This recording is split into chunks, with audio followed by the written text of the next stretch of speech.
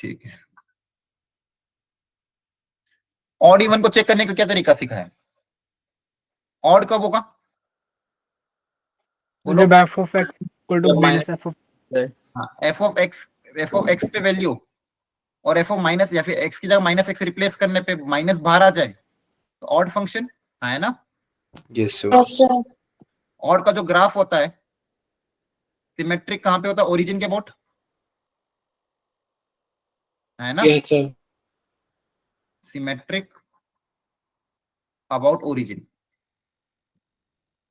Basic condition तो यही है, एक्स की जगह माइनस एक्स रिप्लेस करने पे माइनस अगर बाहर आ जाए तो ऑड। और इवन के लिए sir F of minus X equals to F of X होना चाहिए। हाँ, एफ ऑफ माइनस एक्स अगर एफ एक्स के बराबर आ जाए तो इवन फंक्शन। क्लियर है? Yes sir. इवन का जो ग्राफ होता है वो किसके अबाउट सिमेट्रिक होता है? वाई एक्सिस के अबाउट सिमेट्रिक होता है। पीरियोडिक में क्या समझाया था कि अगर फंक्शन में x की जगह x प्लस टी रखने पे वापस वो का वही फंक्शन आ जाए तो फंक्शन को बोलते हैं पीरियोडिक, और t उसका क्या हो जाएगा? पीरियड हो जाएगा। तो t हम फंडामेंटल पीरियड लेते हैं। जैसे साइन के केस में साइन का ग्राफ 2 पाई के बाद भी रिपीट होता है, 4 पाई के बाद भी रिपीट होता है, 6 पाई के बाद भी रिपीट होता है, लेकिन हम क्या लेते हैं? पाई, 2 पाई, जो सबसे छोटा होता है वो हम लेते हैं। मतलब फंक्शन का ग्राफ किसी एक फिक्स इंटरवल के बाद बार बार रिपीट करे तो उसको हम क्या बोलते हैं? Periodic function. क्लियर है? Yes yes sir. सर।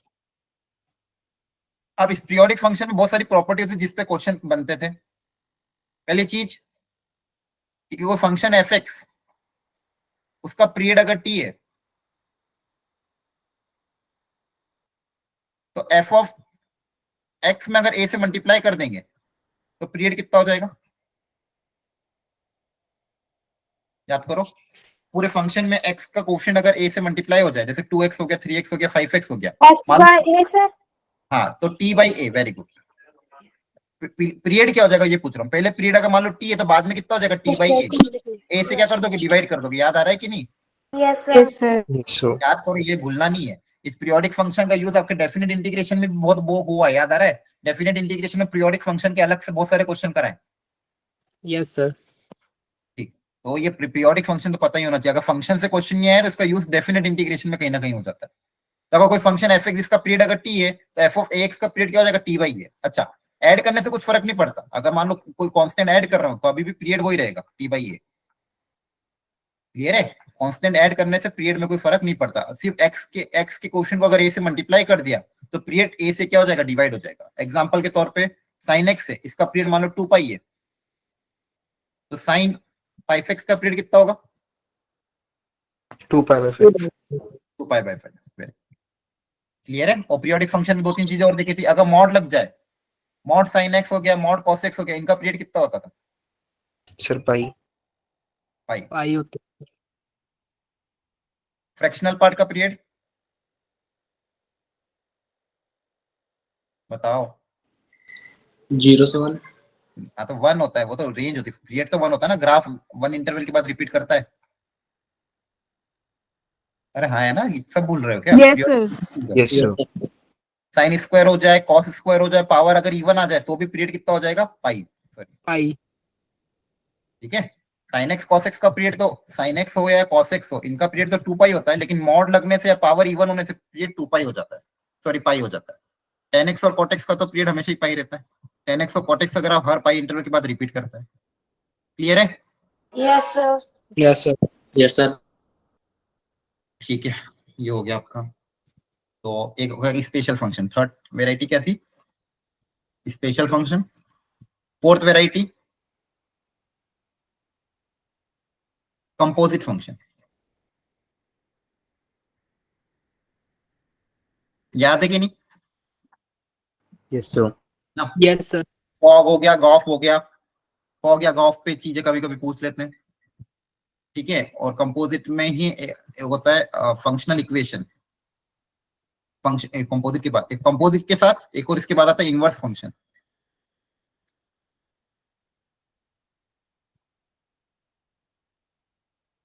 और एक फंक्शनल इक्वेशन। फंक्शनल इक्वेशन में बस कुछ स्टैंडर्ड याद रखने रहते हैं आपको। जैसे अगर मैं बोलूं sum F of X plus Y product में अगर टूट रहा है तो कौन से फंक्शन सेटिस्फाई करते हैं जिसमें सम प्रोडक्ट में टूटता है? बताओ किस टाइप के फंक्शन? सर मोड सम सर लॉगरिथम। नहीं, लॉग नहीं, एक्सपोनेंशियल। याद करो, क्योंकि देखो एक्सपोनेंशियल में तो होता है ए की पावर m प्लस n लिखूंगा तो वो क्या हो जाएगा, ए की पावर m मल्टीप्लाई बाय ए की पावर n। हाँ है ना? Yes sir. Yes, sir. तो याद रखना, इस तरह की अगर दिया हुआ है कि सम x प्लस वाई प्रोडक्ट में टूट रहा है तो कौन से टाइप के फंक्शन होंगे? Exponential function. क्लियर है? Yes sir. प्रोडक्ट सम में टूट रहे तो सर लॉग। हाँ, अब सर लॉग लॉग। है। सेकेंड वेराइटी होती है लॉगरिथमिक फंक्शन की। ऐसे फंक्शन को क्या लिखोगे? log x। अगर सम प्रोडक्ट में टूटे तो एक्सपोनेंशियल फंक्शन, प्रोडक्ट सम में टूटे तो लॉगरिथमिक फंक्शन। क्लियर है? Yes, sir. और नॉर्मल फंक्शन अगर हो कि सम सम में टूट रहा है तो normal function linear y equal to kx type. ठीक है? सर एक बार और बता दो इसे। हाँ, देखो कभी कभी ऐसे फंक्शनल इक्वेशन पे क्वेश्चन आता है तो आपको क्वेश्चन में कोई ना कोई कंडीशन देंगे। अगर मान लो क्वेश्चन में ये कंडीशन दी है कि F of X plus Y equal to F X into F Y, तो आप कौन सा फंक्शन अज्यूम करोगे? Exponential function. क्या अज्यूम करोगे? ए की पावर एक्स। क्वेश्चन में कंडीशन गिवन है कि F of X Y F of X plus F of Y, इस तरह से ब्रेक हो रहा है तो कौन सा फंक्शन अज्यूम करोगे? लॉगरिथमिक फंक्शन, क्योंकि लॉग की प्रॉपर्टी होती है। लॉग की प्रॉपर्टी क्या होती है कि log of m into N, log of m plus log n होता है। Yes sir. मतलब प्रोडक्ट किसमें टूट रहा है? सम में। तो प्रोडक्ट सम में टूट रहा है तो ऐसे फंक्शन कौन से होते हैं? Logarithmic function. तो इस ये वाली प्रॉपर्टी अगर ये वाली कंडीशन क्वेश्चन में गिवन है तो कौन सा फंक्शन अज्यूम करोगे? Logarithmic function. यस समझ में आ सर। गया? Yes sir. बहुत बढ़िया। तो ये आपका फंक्शन हो गया। ठीक है, तो इसको मैं ऐसा लिखता हूँ, chapter number 1 relation and function. समझ में आ गया सबको? एक बार देख लेना ऊपर ऊपर से क्वेश्चन, अब टाइम तो Yes, बहुत sir. कम है, बस इतना देखना। चैप्टर 2, सॉरी पहले इनवर्स ना, इनवर्स ट्रिग्नोमेट्री।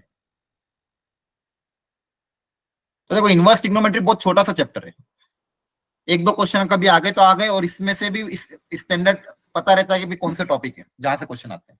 एक तो वही जो मैंने बताया था इसकी डोमेन रेंज पे, हाँ है ना, यस सर। इसका डोमेन। और second question based on property.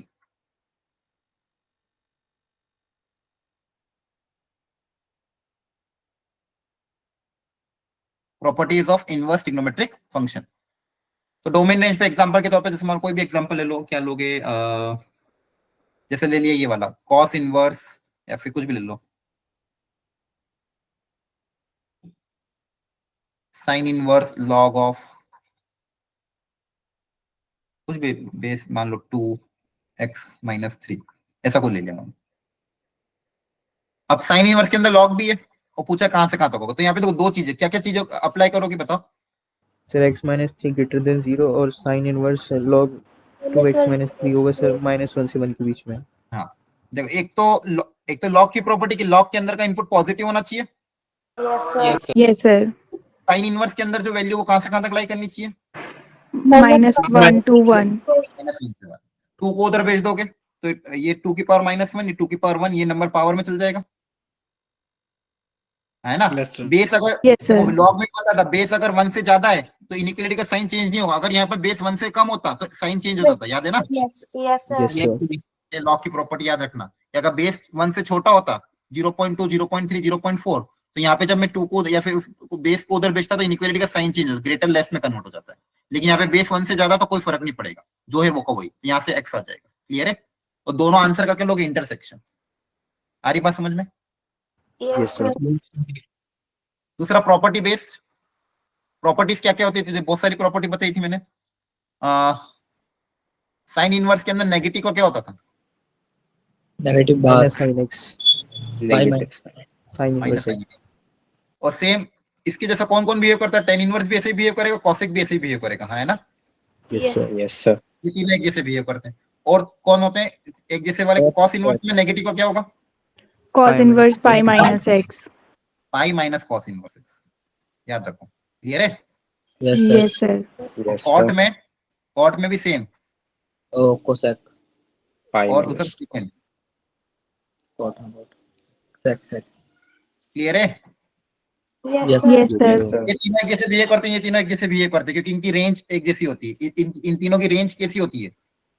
जैसे फर्स्ट वाली की रेंज होती है -π/2 से π/2। इसका आंसर हमेशा -π/2 से π/2 में आना चाहिए, साइन इनवर्स वाला, है ना। tan इनवर्स का ओपन ब्रैकेट -π/2 से π/2, cosec का भी -π/2 से π/2 एक्सेप्ट 0। याद आ रहा है? Yes, और sir. ये तीनों 0 से पाई होते हैं, है ना। Yes, Yes. sir. ठीक है, ये इसका आंसर फर्स्ट और फोर्थ में आता है। अगर पॉजिटिव तो एंगल थीटा, नेगेटिव है तो माइनस थीटा। इनका आउटपुट फर्स्ट और सेकंड में आता है, पॉजिटिव है तो थीटा, नेगेटिव है तो पाई माइनस थीटा। ठीक है, तो sine inverse, tan inverse, cosec inverse, इनका आपको डोमेन रेंज तो पता होना ही चाहिए। और प्रॉपर्टी, एक तो प्रॉपर्टी है कि नेगेटिव के साथ क्या होता है कि साइन इनवर्स में, टेन इनवर्स में, कॉसेक इनवर्स में नेगेटिव होगा तो बाहर आ जाता है। कॉस में, कॉट में और सीकेंड में पाई माइनस हो जाता है। एक प्रॉपर्टी ये थी। और क्या प्रॉपर्टी थी? और क्या थी? जल्दी बताओ फटाफट, बोलो बोलो। Sine Sir, inverse, sin inverse x plus cos inverse x equals to pi/2. अगर कॉम्प्लीमेंट्री है, सेम एंगल है, सेम इनपुट है, और साइन इनवर्स और कॉस इनवर्स है तो π/2। और कौन होता है? Tan inverse plus cot inverse π/2।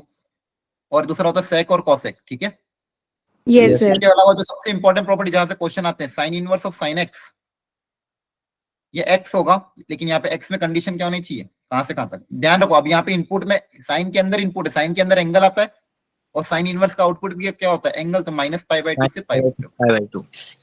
याद रखना। Cos inverse of cos x, ये एक्स, क्योंकि देखो इनपुट एक्स के अंदर जाता है, यहाँ पे रेंज क्या होगी? एंगल ही होगी, 0 से 0 to pi. Tan inverse of ten x, ये एक्स तब होगा जब अगेन एक्स बिलोंग्स टू -π/2 से π/2। क्लियर है? Minus. Yes, sir. Yes, sir. इसका अगर उल्टा होता कि साइन बाहर होता, अंदर साइन इनवर्स होता है, तो ये तो एक्स का बात। अब आपको पता है साइन इनवर्स का इनपुट क्या होता है? 1 से Number. है ना। Yes, sir. बाहर कॉस, अंदर कॉस इनवर्स होता, तो ये एक्स कब आता? जब एक्स कहां से कहां तक होता? अगेन -1 से। -1 to 1. टेन और कॉट में तो कुछ भी रखो, कुछ फर्क नहीं पड़ता, क्योंकि उसकी डोमेन क्या होती है? ऑल रियल नंबर होती है। Yes, sir. अरे सब चमक तो रहा है कि सब ऊपर से जा रहे हैं? Sir, आ रहा है. Sir, आ रही है. आपका टेस्ट है कल, और ये सारी basic fundamental property already class में ले रखी है। ये सारे फॉर्मूले फंडामेंटल प्रॉपर्टीज है। अगर आपने शॉर्ट नोट बना रखे होंगे, डेली शॉर्ट नोट रिवाइज करते होंगे, तो ये सारी चीजें आपके दिमाग में छपी होनी चाहिए। Yes, sir. और पता है. इन दोनों इस प्रॉपर्टी से रिलेटेड और इस प्रॉपर्टी से रिलेटेड क्वेश्चन भी क्लास में कराए। जैसे एग्जांपल के तौर पे एक छोटा सा एग्जांपल फटाफट ले लेते हैं। Sine inverse of sine 7।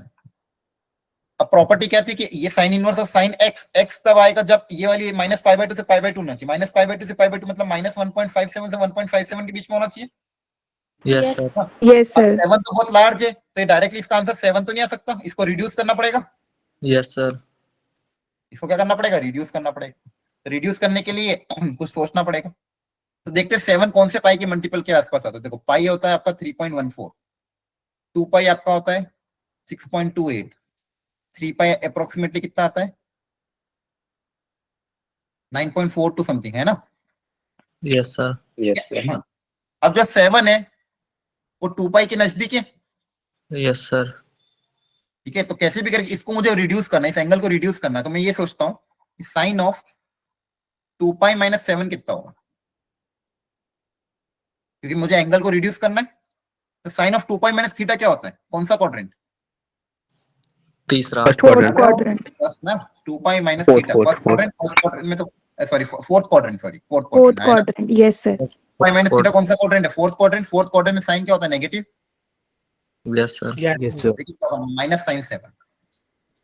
तो यहां से ये माइनस को अगर उधर भेज दूं तो साइन 7 को क्या लिख सकते हैं? Minus of sine 2 pi - 7। तो देखो मैंने क्या किया, मैंने पहले देखा कि 7 के आसपास कौन सा पाई का मल्टीपल है, फिर 2 पाई - 7 की वैल्यू पता करी। Sine of 2 pi - theta, sine of 2 pi - theta क्या होता है?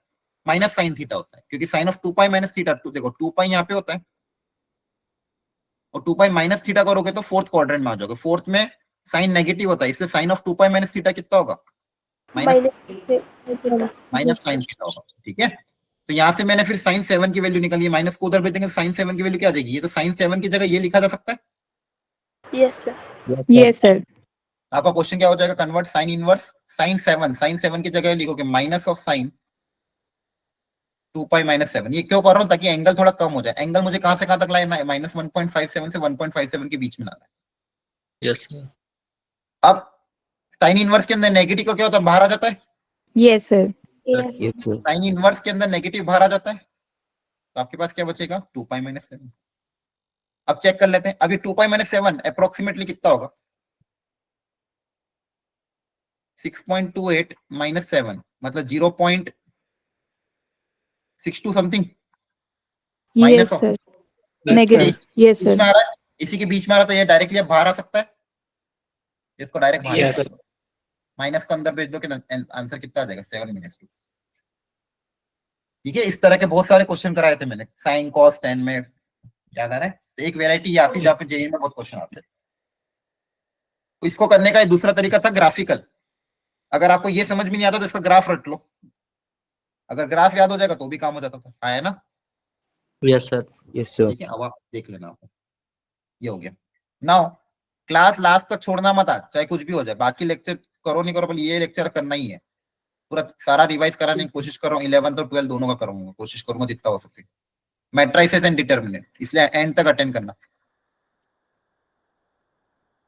मैट्रिसेस एंड डिटर्मिनेंट की बात करें तो इंपॉर्टेंट टॉपिक कौन से होते हैं इस चैप्टर के for JEE? Properties of determinant A matrices. Very good. एक तो प्रॉपर्टीज ऑफ Product. एडजॉइंट, है ना, Yes, sir. डिटर्मिनेंट और इनवर्स, इनकी कुछ कुछ जो प्रॉपर्टी वो बहुत काम आती है।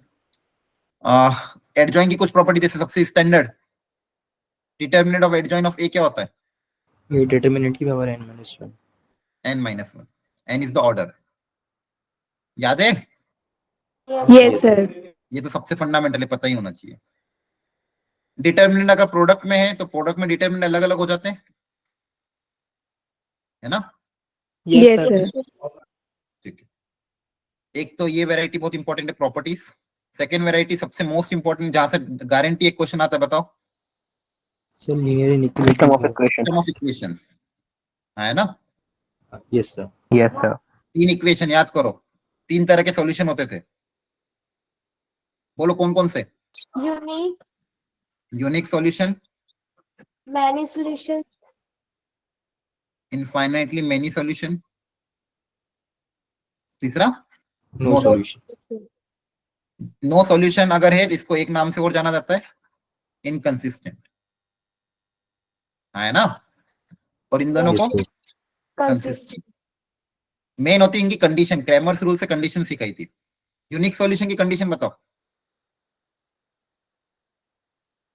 यूनिक सॉल्यूशन की कंडीशन क्या होती थी, ये मत भूलो यार, ये तो That is not equals to 0.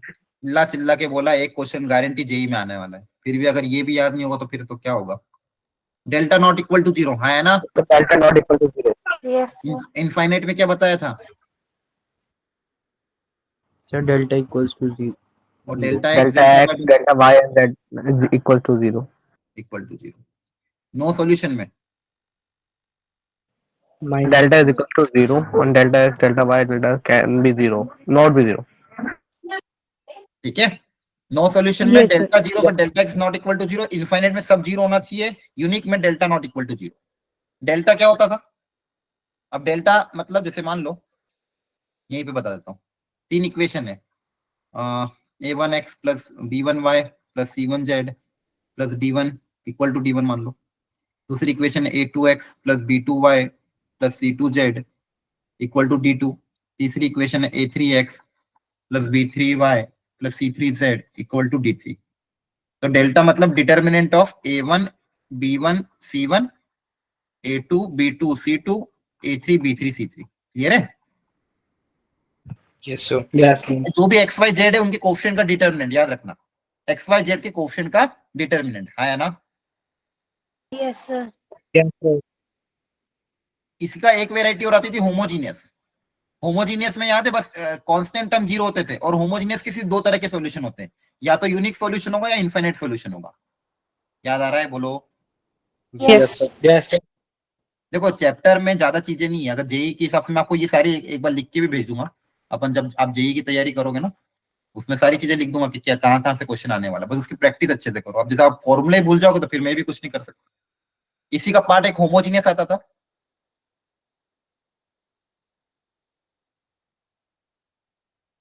Homogeneous equation. Homogeneous equation में क्या बताया गया कि दो तरह के सॉल्यूशन होंगे, या तो यूनिक सॉल्यूशन या इनफाइनाइट सॉल्यूशन। यहाँ पे कांस्टेंट टर्म सारी 0 होती थी। यूनिक सॉल्यूशन की कंडीशन अगेन वही, डेल्टा नॉट इक्वल टू 0 और यहाँ पे delta equal to 0। Unique solution मतलब एक सिंगल सॉल्यूशन, वो वाला भी कौन सा है, एक single solution x equal to 0, y equal to 0, z equal to 0, ये ही सॉल्यूशन होगा, ये यूनिक सॉल्यूशन। और इस तरह के सॉल्यूशन को क्या नाम दिया जाता था? ट्रिवियल सॉल्यूशन, है ना? Yes, sir. Yes. और इनफाइनाइट सॉल्यूशन है तो बहुत सारे सॉल्यूशन आ जाएंगे, तो उसको बोलते थे नॉन ट्रिवियल सॉल्यूशन। तो कभी भी क्वेश्चन में बोले नॉन ट्रिवियल तो आप कंडीशन क्या अप्लाई कर दोगे? Delta equal to 0। और डेल्टा मतलब एक्स वाई जेड का जो कोफिशिएंट है उसका डिटर्मिनेंट, एक्स वाई जेड का कोफिशिएंट का डिटर्मिनेंट। आ रही बात समझ में? Yes, sir. अगर मान लो एडजॉइन में मान लो ऐसा कोई क्वेश्चन दे दे आपको कि मान लो कोई मैट्रिक्स ए 2 1 3 4 5 6 1 1 2, ये मान लो एडजॉइन दे दिया, वो पूछा डिटर्मिनेंट ऑफ ए कितना होगा, तो कैसे पता करोगे? सर इनके कोफैक्टर्स निकाल के ट्रांसपोज कर देंगे। नहीं नहीं नहीं, वो मेहनत की जरूरत ही नहीं, प्रॉपर्टी अप्लाई करो ना। क्या प्रॉपर्टी है दोनों में? दोनों की क्या प्रॉपर्टी अभी बताई थी? सर ये डिटरमिनेंट की पावर n-1। डिटर्मिनेंट को इसका डिटर्मिनेंट क्या होता है? डिटर्मिनेंट ऑफ ए की पावर n-1, है ना? Yes, sir. इसका डायरेक्ट डिटर्मिनेंट निकालो ना, कोफैक्टर निकालने थोड़ी बैठोगे, इसका डिटर्मिनेंट निकाल लेना। ये इसकी डिटर्मिनेंट के पावर n, ऑर्डर क्या है? 3 क्रॉस 3। यहाँ से Yes, sir. इसकी वैल्यू आ जाएगी, है ना? जो भी Yes, वैल्यू है sir. इसका रूट मिलोगे तो डिटर्मिनेंट ऑफ ए आ जाएगा। क्लियर है? Yes, sir. Okay, sir. Yes, sir. अरे आपको अगर एडजॉइन दे और पूछे डिटर्मिनेंट क्या है तो प्रॉपर्टी कौन सी अप्लाई करोगे? Determinant of adjoint of equal to determinant of A की पावर n-1।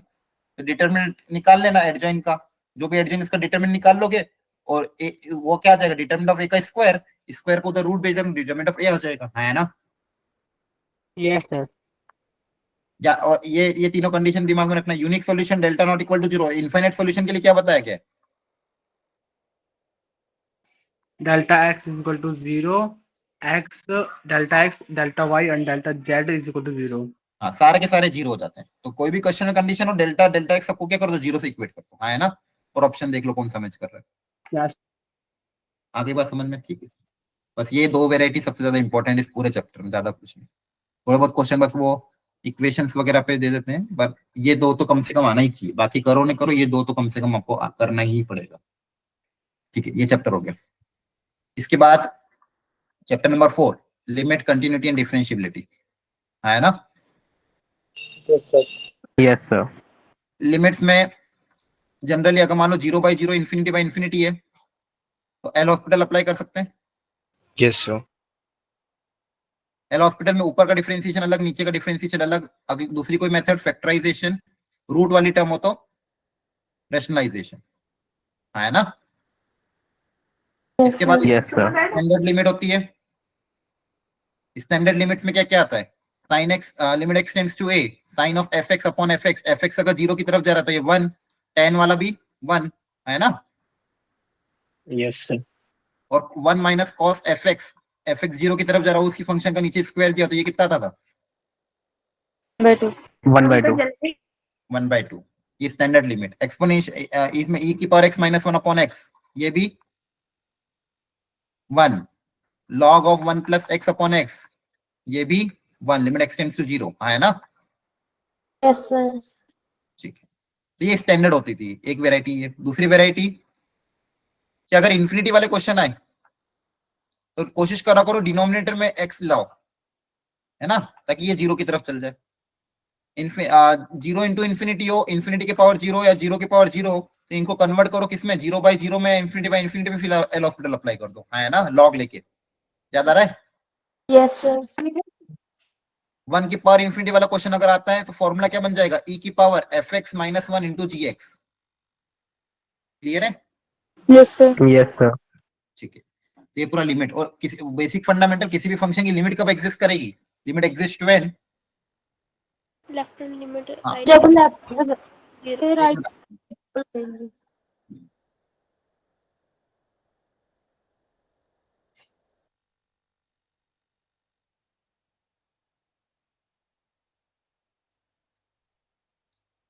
हाँ, लिमिट एग्जिस्ट कब करेगी, जब लेफ्ट हैंड लिमिट और राइट हैंड लिमिट दोनों इक्वल हो, फाइनाइट हो, हाँ है ना? Yes sir Yes, sir. आपको ओवर बर्डन तो नहीं लग रहा है? ये सब समझ No, में तो आ sir. रहा है? No, sir. Yes, sir. Yes, sir. आ रहा है. आ रहा है फुल स्पीड में गाड़ी चल रही है, वंदे भारत। चलो, ये लिमिट हो गया। इसमें ये लिमिट में यही सारी चीजें रिवाइज कर लेना, ठीक है? इसके बाद कौन सा चैप्टर था आपका? Continuity and differentiability. कंटिन्यूटी पूरा लिमिट पे ही बेस्ड है। कोई भी फंक्शन दे दिया आपको, मान लो ब्रेक करके x नॉट इक्वल टू, मान लो a, x equal to a, और बोला कंटिन्यूअस है,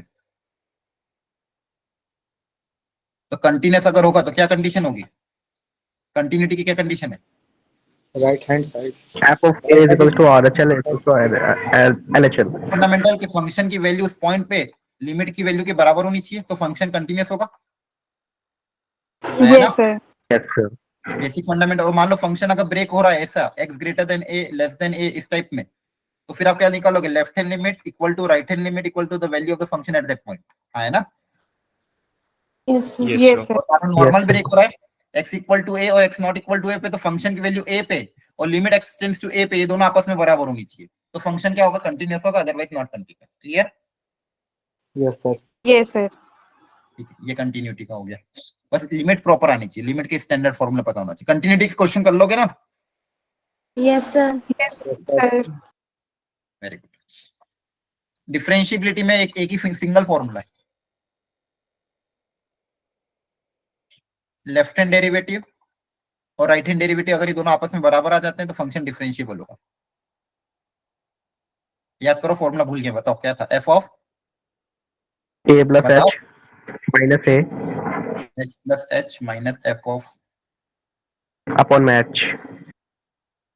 यहाँ पे क्या था, F of X. X. H के ए, X sir, X. ए H. लिखो या A, की बात है, ठीक है? एक्स लिखना तो एक्स, ए लिखना तो ए, या फिर एक्स लिख दो।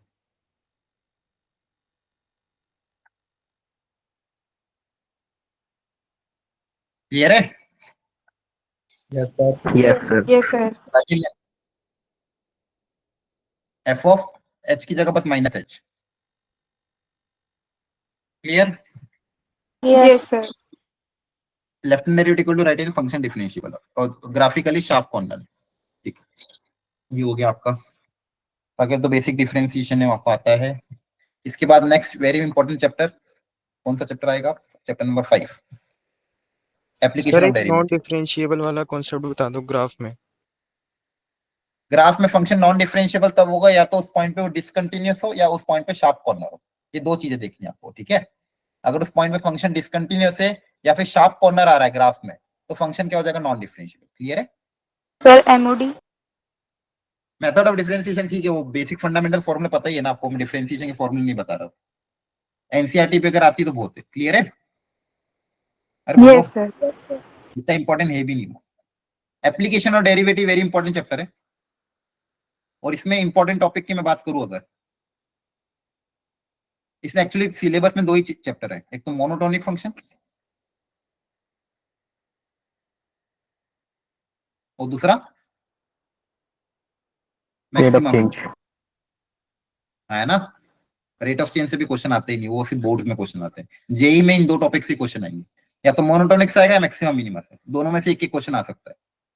क्लियर है? बोलो। Yes sir yes sir. Yes, sir. Monotonic मतलब इंक्रीजिंग डिक्रीजिंग। अब इंक्रीजिंग डिक्रीजिंग कैसे चेक करोगे, अगर फंक्शन का डिफरेंशिएशन ग्रेटर है देन जीरो है तो इंक्रीजिंग, स्ट्रिक्टली इंक्रीजिंग। फंक्शन का डिफरेंशिएशन लेस देन जीरो है तो डिक्रीजिंग। यस सर ठीक है, इस पे प्रैक्टिस भी कराइए, देख लेना। मैक्सिमम मिनिमम में दो चीजें, एक तो सबसे पहले लोकल मैक्सिमा लोकल मिनिमा, याद रखना ये टॉपिक थोड़ा इंपॉर्टेंट है, इससे ज्यादा चांसेस है क्वेश्चन आने के, इससे भी आएंगे लेकिन ये ज्यादा important. Local maxima local minima, local maxima local minima कैसे चेक करते थे? एक तो मैक्सिमम मिनिमा फंक्शन का डिफरेंशिएशन क्या होता है, जीरो होता है, Yes, sir. Yes, sir. Yes, sir. और एफ डैश एक्स का साइन अगर प्लस से माइनस हो रहा है तो मैक्सिमा एक तरीका ये, या फिर डबल डिफरेंशिएशन कैसा हो जाए, नेगेटिव हो जाए तो मैक्सिमा, है ना। Yes, sir. और मिनिमा के लिए Yes, sir. First derivative case क्या था, अगर डिफरेंशिएशन का साइन माइनस से प्लस की तरफ जा रहा है तो मिनिमा, या फिर डबल डेरिवेटिव अगर पॉजिटिव हो जाए तो मिनिमा। क्लियर है? अरे बोल दो। Yes, sir. ओके, दूसरी वेराइटी आती है global maxima global minima.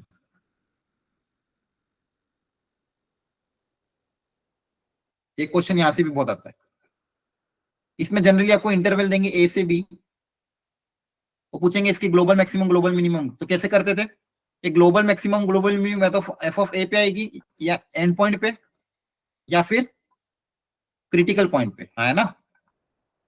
Yes. तो ये ध्यान रखना इंपॉर्टेंट है कि किसी भी फंक्शन का ग्लोबल मैक्सिमा ग्लोबल मिनिमा कहां पे आएगा, या तो उसके एंड पॉइंट पे, या फिर वहां पे जहां पे फंक्शन का डिफरेंशिएशन जीरो हो रहा हो। क्रिटिकल पॉइंट याद है ना, क्रिटिकल पॉइंट मतलब वो पॉइंट जहां पे फंक्शन का डिफरेंशिएशन जीरो या नॉट डिफाइन होता है। तो किसी भी फंक्शन का ग्लोबल मैक्सिमा जी, ग्लोबल सर। मिनिमा या तो एंड पॉइंट पे आएगा या क्रिटिकल पॉइंट पे आएगा। तो आपको क्या करना पड़ेगा, फंक्शन की वैल्यू एंड पॉइंट पे निकालनी पड़ेगी, फंक्शन की वैल्यू क्रिटिकल पॉइंट पे निकालनी पड़ेगी, और उन सब में जो सबसे बड़ी वैल्यू उसको ग्लोबल मैक्सिमम बोलेंगे, सबसे छोटी वैल्यू को ग्लोबल मिनिमम बोलेंगे। क्लियर है? Yes. Yes, Yes, sir. sir. Yes, sir. और इसमें एक तीसरी वेराइटी, तीन वेराइटी के क्वेश्चन आते हैं, एक ये और एक वर्ड प्रॉब्लम।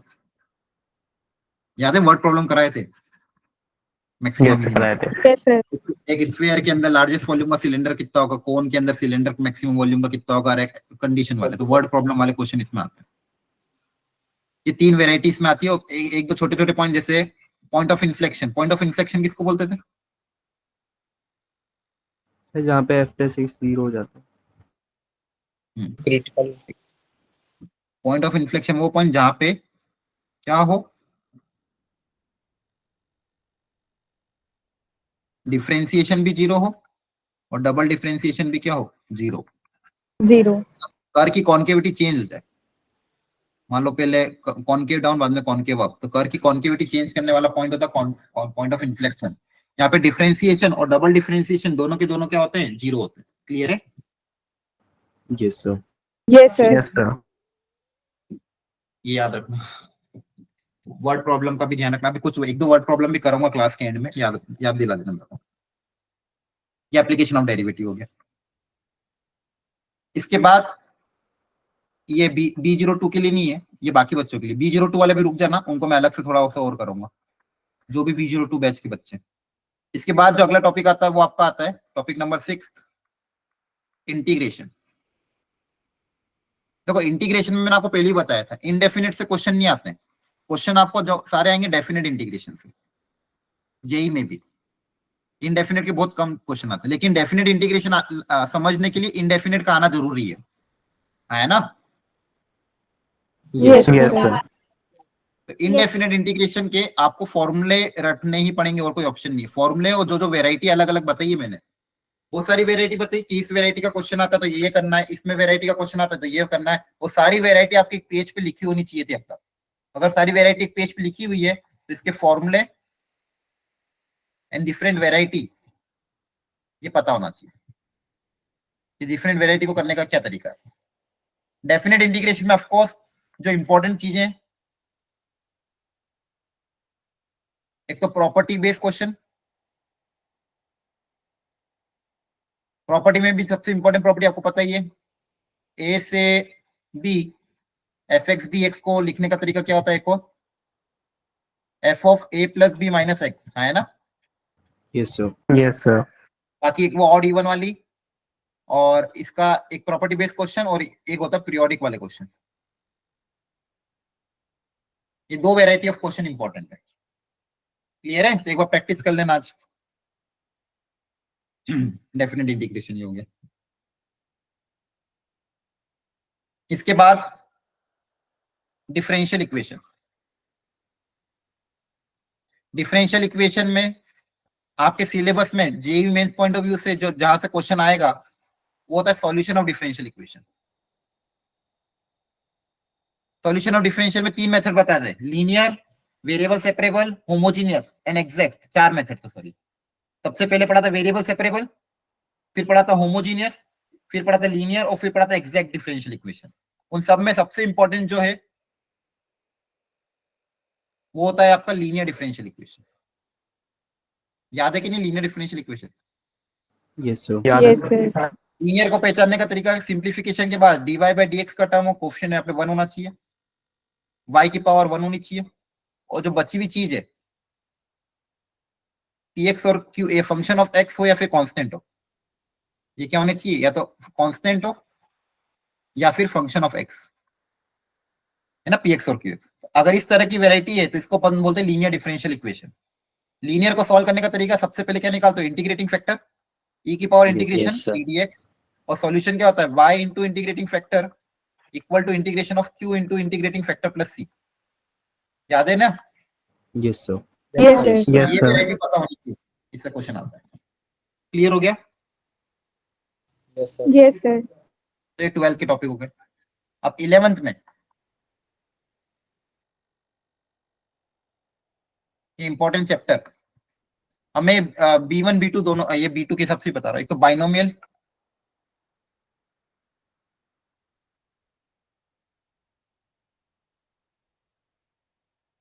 चलो पहले बाइनोमियल के बता देते हैं फिर आगे बढ़ते हैं। बाइनोमियल थ्योरम में एक होती है आपकी जनरल टर्म वाले क्वेश्चन, इसके लिए जनरल टर्म पता होनी चाहिए। तो आपको जैसे एक्सपेंशन होता है x प्लस वाई की पावर n, उसकी याद करो। जनरल टर्म लिखने का फॉर्मूला बताओ। जनरल टर्म NCR क्या? x की पावर n y की power r। n minus r y की पावर। Yes, sir. y की power r। Yes, sir. First term की पावर n माइनस आर और y की पावर r। ये फॉर्मूला एकदम रटा होना चाहिए, इस पे ही सारे क्वेश्चन आते हैं, है ना, मतलब पूरा चैप्टर इसी पे बेस्ड है। सबसे स्टार्टिंग में यही पढ़ाया जाता है, पूरा चैप्टर इसी पे बेस्ड है कि जनरल टर्म Yes, किसी sir. भी की भी जनरल टर्म क्या होती है। एक तो ये इंपॉर्टेंट वैरायटी आती है, दूसरा एप्लीकेशन बेस्ड क्वेश्चन आते हैं इस चैप्टर में। नंबर ऑफ इंटीग्रल टर्म बताओ, है ना। Yes, sir. रूट वाली टर्म में जैसे पूछते थे number of integral term etcetera etcetera. लेकिन फिलहाल आप एटलीस्ट इतना तो याद रखना, और इस पे मैंने क्वेश्चन की प्रैक्टिस भी करी, वो देख लेना एक बार। जनरल टर्म पे क्वेश्चन, जनरल टर्म पता नहीं चाहिए, एनसीआर एन एक्स की power n minus r y की पावर आर। क्लियर है? Yes, sir. Yes, sir. एक तो बाइनोमियल हो गया। Second statistics. स्टैटिस्टिक्स में एक तो मीन मीडियन मॉड, है ना, Yes, sir. उसमें भी ज्यादातर क्वेश्चन अगर देखा जाए जेई पॉइंट ऑफ व्यू से तो मीडियन पे ज्यादा आता है। सर उसमें रिमाइंडर का नहीं आएगा बाइनोमियल में? इसमें हाँ रिमाइंडर मतलब वो भी ऐड कर लेना, एप्लीकेशन में आ जाएगा। ठीक है, क्लियर है? यस बोलो। Yes, sir. General term application based question Mains point of view से इतना इंपॉर्टेंट है। स्टैटिस्टिक्स में एक तो मीन मीडियन मॉड, दूसरा आपका होता था स्टैंडर्ड डेविएशन एंड वेरिएंस। ये दो ही वेराइटीज पूरे चैप्टर में। यहाँ पे मीडियन का पता होना चाहिए कि मीडियन कैसे निकालते थे। पहले टर्म्स को इंक्रीजिंग ऑर्डर में अरेंज कर दो, फिर देख लो मिडिल टर्म कौन सी। ये तो पता है सबको, है ना। Yes, sir. Yes, sir. Yes, sir. वो थोड़ा सा देख लेना। स्टैंडर्ड डेविएशन हो गया, वेरिएंस हो गया। इसमें भी एक कंबाइंड मीन वाला क्वेश्चन आपको भी आपके जो पिछले टेस्ट पेपर है उसमें आते थे क्वेश्चन, कंबाइंड वेरिएंस। इसका फॉर्मूला एक बार देख लेना, जो पुराने टेस्ट है उसमें कहीं ना कहीं आए थे। स्टैंडर्ड डेविएशन कैसे निकालते, स्टैंडर्ड डेविएशन के वेरिएंस के स्टैंडर्ड फॉर्मूले थे। वेरिएंस का एक स्टैंडर्ड फॉर्मूला क्या था, क्या था, समेशन क्या था, X I square F I X I square upon summation F I minus X bar का होल स्क्वायर। याद आ रहा है, ऐसा कुछ था। है ना, ये स्टैटिस्टिक्स हो गया। थर्ड वेरी इंपॉर्टेंट चैप्टर, एक सेकंड पेज ऐड करना तो पेज खत्म होगा, 1 मिनट रुकना, ठीक है, थोड़ी देर और, सारा ही करा दूंगा आज। ओके बस आप घर जाके रिवाइज कर लेना जो जो मैं बोल रहा हूँ। Yes sir. Yes sir. कल जा रहे हो ना ऑफलाइन टेस्ट देने? यस सर जा रहे हैं। जाना जरूर, ठीक है, ऐसा मत कहना घर पे बैठे रहो, कोशिश करना ऑफलाइन जाके ही पेपर दो। एक हो गया बाइनोमियल, दूसरा हो गया स्टैटिस्टिक्स, तीसरा आपका हो गया sequence and series, very important from JEE point of view. Sequence में एक तो यह आता है एपीजीपी, दूसरा टॉपिक होता है एएमजीएम, फिर एक सीरीज के थोड़े बहुत क्वेश्चन। एपीजीपी में एक फंडामेंटल तो पता नहीं, अगर 3 नंबर एपी में है तो क्या होता था, 2b equal to a plus सी।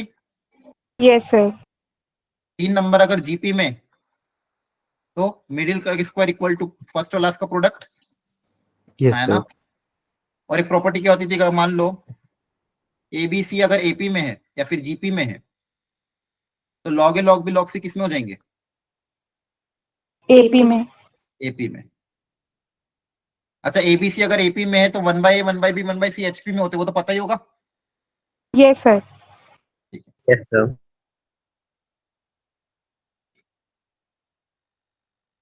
ठीक है। ये अर्थमेटिक मीन कैसे निकालते हैं, सबका सम डिवाइडेड बाय एन, है ना, याद And रखो, yes sir. जो भी टर्म है उन सबका सम divided by N.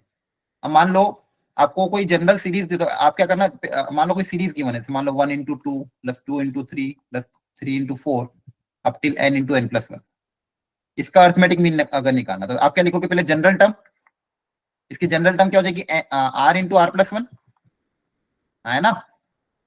Yes sir. Second बन रही 1 2 2 3, तो कैसे बन रही, r into r plus 1 तरह से बन रही है, तो जनरल टर्म निकाल ली। अब पूछा इसका अर्थमेटिक मीन बताओ, तो अर्थमेटिक मीन क्या करोगे, इन सबका सम, तो summation r into r plus 1 divided by total number of terms that is n। अब यहाँ पे समेशन ऑफ सीरीज वाला फॉर्मूला लगेगा, फंडामेंटल समेशन r का फॉर्मूला क्या होता है, r बराबर 1 से n, 1 plus 2 plus 3 up till n terms, याद करो, n into n plus N 1 into by N 2. plus 1. Summation r square का formula 1 square plus 2 square plus 3 square up till n square, n into n plus 1 into 2n plus 1 by 6 summation r cube. ये तो fundamental, ये पता होना चाहिए, ठीक है, एकदम रट लेना, कोई भी चैप्टर में काम आ सकता है ना। यस सर ये n into n plus 1 by 2 का होल स्क्वायर, क्लियर है, फुल स्क्वायर तो बोलो।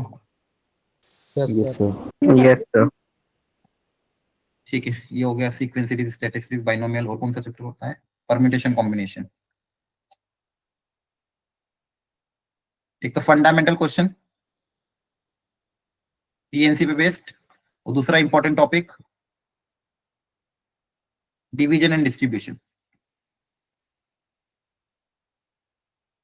याद है, दो फॉर्मूले बताए थे, एक बार देख लेना, n माइनस क्या था वो, सी आर माइनस 1 ऐसा कुछ था, और n plus r minus 1 c r minus 1, याद आ रहा है, यस सर।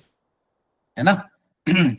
5 ऑब्जेक्ट को 5 लोगों में बांटो ताकि किसी को भी कोई भी खाली ना रहे, 4 लोग ऑब्जेक्ट को बांटो कोई भी खाली रह सकता है, तो ये 2 फॉर्मूले बताए थे, एक बार रिवाइज कर लेना, ठीक है। यस और सर।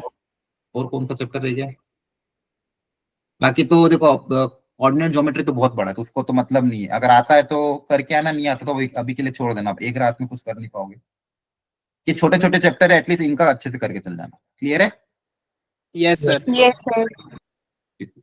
बाकी पहला फोकस आपको 12th पे तो होना ही चाहिए, 12th ग्रेड के टॉपिक जो ऑलरेडी आपके अभी करंटली चल रहे हैं उनको तो आपको ढंग से करना ही है, टाइम बच जाए तो 11th के रिवीजन कर लेना, ठीक है। 11th में भी उन टॉपिक का रिवीजन जो थोड़े बहुत आपको आते हैं, अगर मान लो कोऑर्डिनेट ज्योमेट्री में कोनिक सेक्शन में कंफर्म नहीं आता है तो अभी के लिए छोड़ देना, अब समय ही नहीं, एक रात में नहीं कर पाओगे, वो 12-15 नवंबर बाद आपको रिवाइज करेंगे तब करना, ठीक है। तो जितना मैंने पढ़ाया है उसको अच्छे से कर लेना, अच्छे से कल पेपर देना, ठीक है। नंबर सबसे कोशिश करना मैथ्स में ज्यादा कम मत लाओ, ठीक है, नहीं तो मेरा नाम खराब हो जाएगा। क्लियर है? चलो ओके, ठीक है, आज इतना ही रखते हैं। B02 वाला आपका भी इतना ही रखेंगे, लगभग वो जो भी कॉमन टॉपिक थे कवर हो चुके हैं, जितना पढ़ा है उसको रिवाइज कर लेना, ठीक है। चलो, all the best all of you, test देने सब लोग कल जाना।